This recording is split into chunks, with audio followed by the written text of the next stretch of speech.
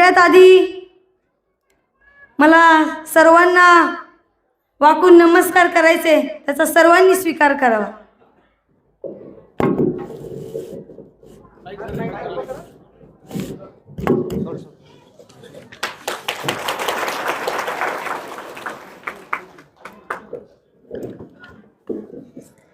माझ्या नमस्काराचा सर्वांनी स्वीकार करावा. माझ्यासोबत एकदा सर्वांनी घोषणा द्या, जेणेकरून आपल्यामध्ये थोडीशी ऊर्जा निर्माण होईल. छत्रपती शिवाजी महाराज की, छत्रपती शिवाजी महाराज की. बरं वाटलं. स्वर्गीय पिचड साहेब असतील, वल्लभ साहेब बेंके असतील, गोविंद गारे असतील, या सर्वांना स्मरून आज इथे मी माझा परिचय म्हणा किंवा माझ्या भाषणाला सुरुवात करते.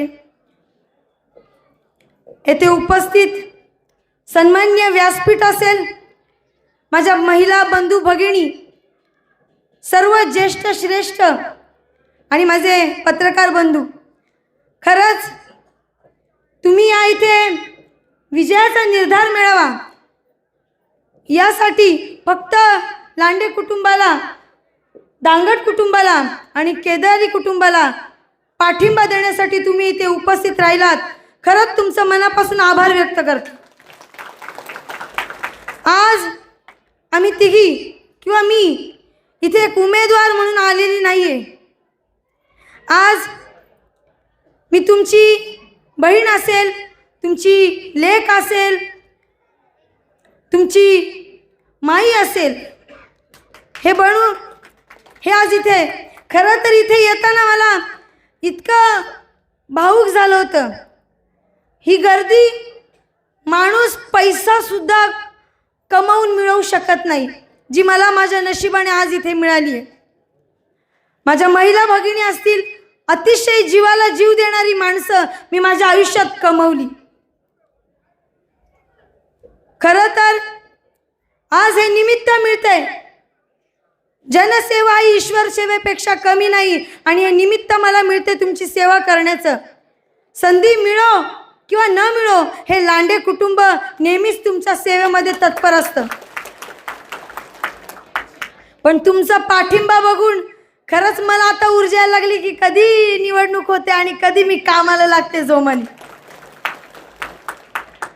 खरं तर माझ्या माय भगिनींच्या डोळ्यामध्ये माझ्याबद्दलचा जो विश्वास आहे ना, हे विश्वास मला एक ऊर्जा देते, ताकद देते.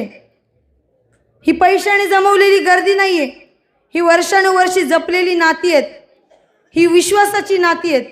आणि आज इथे तुम्ही सर्वांनी उपस्थित राहून हे दाखवून दिलं की जात बीत काही नसतं, फक्त असतं ते फक्त एक सर्व धर्म समभाव जगणारी माणसं, जे आपण एका रक्ताची आहोत. आणि जेव्हा आपल्या माणसावर, आपल्या माणसासाठी आपल्याला झगडायचं असतं, तेव्हा आपण सगळे उभे राहतो. त्यासाठी मी सर्वांचं पुनश्च एकदा मनापासून आभार व्यक्त करते. माझं लग्न होऊन 4 वर्ष झाली. माणूस मरेपर्यंत माणसाला एवढी माणसं कमवता येत नाही, तेवढी माणसं मी माझं या 4 वर्षामध्ये कमवली. आज महिलांना संधी मिळते.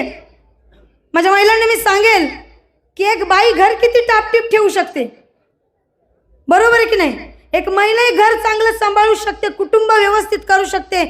तर मग जर भेटलं एखादी संधी गाव किंवा आपला भाग सांभाळायची एखाद्या महिलेला, तर ती चांगलं नाही सांभाळणार का? तुमच्या सर्वांच्या आशीर्वादाने मला लांडे कुटुंबामध्ये जेव्हा मी सून होऊन आली, जातीपातीचं राजकारण कधी होतं माहिती आहे का? इलेक्शन आलं जेव्हा तुम्हाला आम्हाला सगळ्यांना गरज असते, तेव्हा बाकीचे कुठे असतात? माझ्या माता भगिनी, सर्व बंधू, सर्व तरुणांना माझी विनंती आहे की बस झालं आता हे जातीपातीचं राजकारण. कारण एक माणूस चांगलं काम करतोय, त्याला अडवणारे 100 आहेत, तर का फक्त आपल्या भागाचा विकास होऊन द्यायचा नाही? कधी हा विचार केला का सगळ्यांनी की हा माणूस करतोय चांगलं, तर त्याला हाताला हात देऊन आपण सगळ्या भागाचा विकास करू? कोणाची बघणं पण नाही, शेवटी काय म्हणतो आपण, आंब्याच्याच झाडाला दगड पडतात, बाबळीच्या नाही पडत. आणि ते सर्वांना म्हणेल, जात पात सोडून एकत्र या. तुमच्या मनामध्ये असेल, तुम्हाला वाटत असेल, हा बाबा माझी माई माझ्यासाठी सगळं करत असेल, सगळं करेल, तर या विश्वासाने पुढची मी त्या पदा खुर्चीवर बसणार नाही, माझ्या सर्व माता भगिनी बसणार आहे. कारण त्यांच्या समस्या, मूलभूत गरजा असतात जिल्हा परिषदेला, आरोग्य, शिक्षण, वैयक्तिक लाभ, गावचा विकास जितका करता येईल तेवढा केला ना. जे बोलतात त्यांनी सुद्धा पदं भोगली, त्यांनी किती विकास केला, पण नाही, त्यांना बोट दाखवायचं असतं दुसरीकडे, पण ही चार बोट विसरतात ना तिथे ते आपल्याकडे म्हणून. बरोबर आहे की नाही? संघर्ष करत असताना लांडे कुटुंबामध्ये दुःख असेल, सुख असेल, ही माय बाप जनता सर्व एकत्र असते. आणि जातीचं म्हणायला गेलं तर इथे बसलेली सर्व वरिष्ठ मंडळी सगळ्या जातीची आहेत. बस करा आता, संपवून टाका. आणि मी तर म्हणेल, हे संपवून सगळं आपण सर्व एकत्र उभे राहूयात, गावचा विकास करूयात, भागाचा विकास करूयात. आणि ज्यांना जातीचं राजकारण करायचं असेल त्यांना संपवायची जबाबदारी या माई लांडेची असणार आहे. आपल्यामध्येच भाग पाडून, आपल्यामध्ये दोष निर्माण करून आपल्या भागाचा विकास कुठेतरी खुंटवला जातोय. मला कोणाच्या वैयक्तिक आयुष्यावर बोलायचं नाहीये, पण समोरचा उमेदवार स्वतःची बाजू मांडता येत नाही. तुम्ही माझ्या महिलांचा काय मान सन्मान करणार? तुम्ही वकील ठेवलेत पैसे देऊन, जे तुमच्या वतीनं बोलतील. ही माई लांडे तुमच्या वकिलांना आणि तुम्हाला सगळ्यांना एकटी काफी. हक्काने लढून मी तिथे माझ्या महिलांसाठी काम आणू शकते. आता दादांनी म्हटलं, बोलणारे भरपूर आहेत, मला टीका पण नाही करायची कोणाला, पण मला उत्तर द्यायचे. कारण असं म्हणतात, चिखलामध्ये दगड टाकला तर चिखल आपल्यावर उठतो. मला त्यांना कोणत्याही प्रश्नाचं उत्तर द्यायचं नाहीये. आणि मला भविष्यात मिळाली तुमच्या आशीर्वादाने संधी, तर मी माझ्या कामातून सगळं दाखवणार आहे. मला फक्त समाधान एका गोष्टीचं, रात्री मी झोपते ना, एका गोष्टीचं समाधान. माझी आई, माझी बहीण, जेव्हा मी तिच्याकडे जाते ना, ती माझ्या गालावरनं हात फिरवते, गालावरनं. हे सुख कितीतरी पैसे देऊन पण कमावता येत नाही. लांडे साहेब म्हणता येतात, जात बघून मदत केली जाते. जेव्हा अपघात होतात तिथे जात बघून मदत केली जाते का? माणुसकी धर्म आपल्याला हे नाही शिकवत. पैसे पुरवले जातात, अनेक महिला असतात, तिथे विचारून, बाई तुझी कोणती जात आहे, मग तुझे पैसे मी नाही देणार, तू माझेच, मग मी तुझे पैसे देणार. अशा अनेक महिला भगिनी आहेत. इथे जाती धर्माचा फक्त बाजार मांडला या सगळ्यांनी. यांना फक्त आपल्याला शांत करायचंय आणि सगळ्यांना सोबत घेऊन जायचंय. मला मी उमेदवार म्हणून कशी आहे हे तुम्हाला माहिती असेल नसेल नाही, पण मी एक आई आहे, एक बहीण आहे, तुम्हा सर्वांची माई आहे. आपल्या भागामध्ये जुन्नर तालुक्याचे माजी आमदार अतुलदादा बेनके यांच्या माध्यमातून अनेक कामे झाली. खरं तर जसं सांगितलं आता सगळ्यांनी, मला सांगू वाटतंय की साहेबांना पुनश्च आमदार करायची जबाबदारी आपल्या सर्वांची आहे. मी म्हणेल त्यांना, तुम्ही या जनतेने आमच्यावर जेवढा विश्वास दाखवलाय तसा विश्वास तुम्ही आमच्यावर टाकून बघा. कारण अशी पैसे देऊन पण मिळणारी संपत्ती अशी मिळत नाही. खरंच आज तुम्ही इथे आलात, मनापासून मी तुमचं जितकं व्यक्त करावं माझं मत मला व्यक्त करतात नाही आज. कारण मी येता येता माझ्या महिला भगिनी ज्या माझ्या डोळ्यात बघत होते, मी अक्षरशः भावूक झाली होती. बाबा, इथे बसलेली सर्व माणसे आपले कवळवाडीचे बाबा आहेत. कधी भेटलं ना, माणूस मला एकदा भेटला की माझ्या लक्षात राहणार. आज मनाचं अंतर किती मोठं असू दे, किती किलोमीटरवर माणूस असू दे, पण माझ्या मनात ही भाव नाही तर तो माणूस माझ्या मला त्याच्यापर्यंत जायचंय. खरंच इथे जमलेले सर्वच तुम्ही